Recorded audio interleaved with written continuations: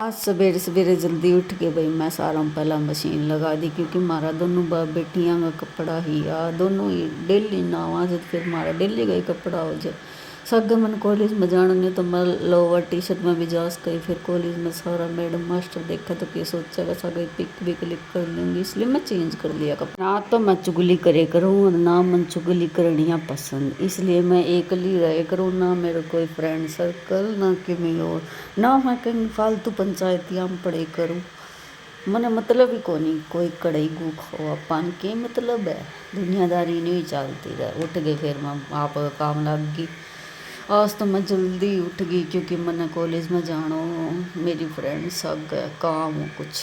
फिर मैं दूध भी सग सग गर्म कर दी। मैं ये पार्ट जब ना करेगी तो फिर परांठा तो रोज ही खाऊँ, फिर बोर होगी। आज रोटी सेक ली सिंपल। फिर बचड़ी रात की रोटी वही ये काट दी ही। फिर मैं खा लियो खानो, भूख तो ही को नहीं, एक रोटी खाई बस, थोड़ी सी भुजिया ले ली ही। फिर आ गई भाई मोनिका सागा मैं चढ़ गई स्कूटरी पर, चाल पड़ी भाई FGM कॉलेज का नहीं आ गया। FGM कॉलेज देख लियो। बाकी ये पहला बार की बात तो रही को नहीं, कॉलेज में जमा ही सुनेट सी रहा मार दी टाइम में भी MI करती MA करे करती जब तो फुल भीड़ रही करती। फिर मैं वह खातर लिख दी एप्लीकेशन, फूल तोड़न लग गया। फिर मैंने फ़ोटो कापी करानी, जब मैं दुकान पर पहुंच गया फ़ोटो कापी करा ली। फ़ोटो कापी कराए बाद में फिर डॉक्यूमेंट दिए, बाद में फिर मैडम बोली भाई टाइम लग गो। फिर मैं इंतज़ार करने लग गया। मैं तो बोर ही हो गई, माँ किकर सुनेड़ में इंतज़ार करे जा। फिर मैं सारा कॉलेज में हांड लिया, याद ताजा होगी यो साइंस ब्लॉक है। फिर मारो काम हुई, बाद में मोनिका भाई मैंने घर छोड़न आ गई स्कूटी पर। मैं कहे माँ तेरा वही काम है, छोड़ के तो आनी पड़ेगी मैंने। फिर मैं दोनों जनी चाल पड़ी घर का नहीं। फिर बिचरा मैं या बोली कि मतलब आइसक्रीम खा दी। फिर आइसक्रीम मारो तो हो को नहीं, फिर 0 लेमन पिया दी। बाकी या खर्चो करे कौन करे कर, आज भी रोने क्यों कर दियो। फिर या मन छोड़ के भाई चली गई। फिर मैं आ गई घर आप गए आए पीछे भाई घर की ड्यूटी स्टार्ट हुआ। मैं फटाफट चेंज करके मैं कपड़ा सुखा दिया। ये कपड़ा बेरोने में सूख्या है कि कौन सूख्या याद भी तो कौन रहा है मेरा आजकल कुछ। फिर मैं बेड की सफाई करने लग गई। सारा पहला तो मैं आपकी सारी चीज़ काट ली। मेरे कन घनी चीज़ रहा पर मेरे कोई मांगले नहीं, बहुत जी दुख पा गई। मैं आपकी चीज़ कदे ज़िंदगी में कौन बांट सकूँ। फिर मैं पैक कर दी दोनों चीज़, अलमारी में धर लिया, मैं छुपा के धर दी। फिर चादर बिछा दी भाई नई, मैं बिछाती रहूँ हफ्ता 10 दिन में।